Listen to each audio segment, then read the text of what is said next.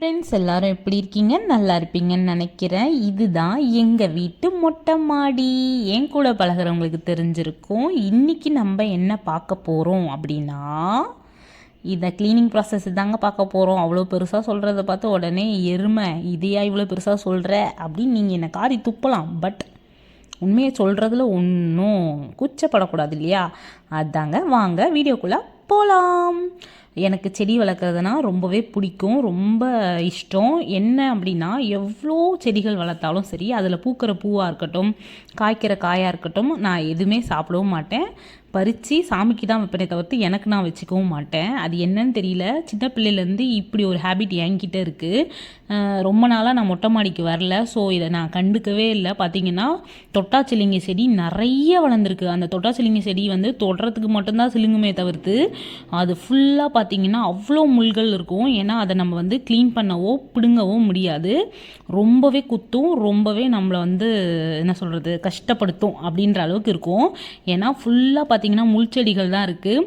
இதை க்ளீன் பண்ணுறதுக்குள்ளே பார்த்திங்கன்னா உண்மையாகவே ரொம்ப ரொம்ப கஷ்டமாக இருக்கும். ஏன்னா அந்தளவுக்கு நம்ம மொட்டை மாடியை சுத்தமாக நான் க்ளீன் பண்ணுறதையே விட்டுட்டேன். நிறைய செடிகள் வளர்ந்துச்சு. என்னென்னா, காய்கறி செடி லாஸ்ட்டாக போட்டிருந்தேன்.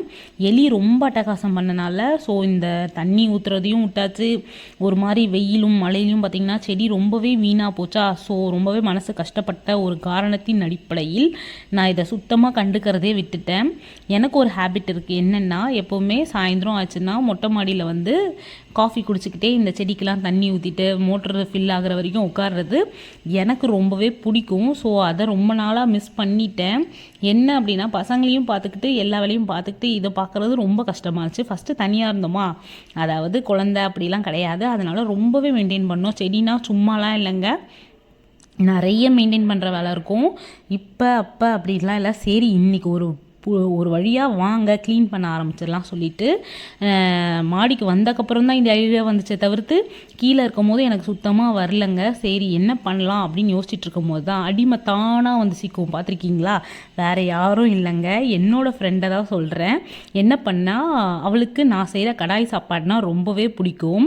அவள் என்ன பண்ணா தெரியுமா, அக்கா எனக்கு கடாய் சாப்பாடு செஞ்சு தரீங்களா? உங்கள் கடாய் சாப்பாடு சாப்பிடணும்னு எனக்கு ஆசையாக இருக்குது அப்படின்னு சொல்லிட்டு சொன்னால், சரி பயப்பில் கீழே சாப்பிட்டுட்டு இருந்துச்சா, நான் போய் மேலே பார்த்துட்டு வரேன்னு சொன்னேன். உண்மையாகவே நான் சும்மா நார்மலாக தாங்க வந்தேன். இதை க்ளீன் பண்ணணுன்ற ஐடியாவோ எனக்கு எந்த கான்செப்டும் வரல.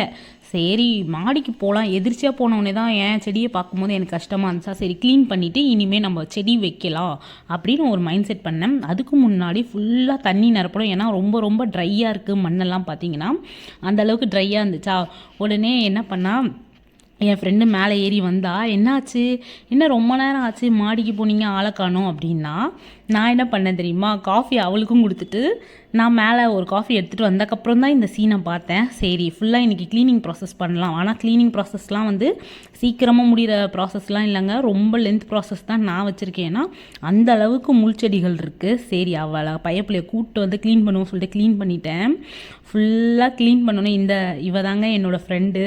ஃபுல்லாக க்ளீன் பண்ண விட்ட உடனே, அக்கா நான் உங்ககிட்ட தெரியாமல் கேட்டுட்டேங்க்கா அப்படின்னா, என்னடி தெரியாமல் கேட்டுட்ட? இல்லை எனக்கு பிடிச்ச கடாய் சாப்பாடை செஞ்சு கொடுங்க அப்படின்னு சொல்லிட்டு தெரியாமல் கேட்டுட்டேன் அப்படின்னா, நானும் அவளும் சேர்ந்து பக்கத்தில் அந்த இன்னொரு அக்கா இருக்காங்களா, அவங்களும் சேர்ந்து 3 பேரும் சேர்ந்த உழைப்பு பார்த்திங்கன்னா 1.5 மணி நேரம் ஆச்சுங்க இந்த இடத்த க்ளீன் பண்ணுறதுக்கு. ஏன்னா அந்த அளவுக்கு முள்செடிகள் தான் ஜாஸ்தி. ஸோ தொட்டா சிலிங்க ஒன்றும் சிலுங்குற செடிலாம் இல்லைங்க, நம்மளை சிலுக்க வச்சுற செடிங்க. அந்தளவுக்கு முள்கள்லாம் இருக்கும். ஸோ நான் தான் கஷ்டப்படுறேன்னு பார்த்தா என் ஃப்ரெண்டையும் சேர்த்து நான் கஷ்டப்படுத்திட்டேன்.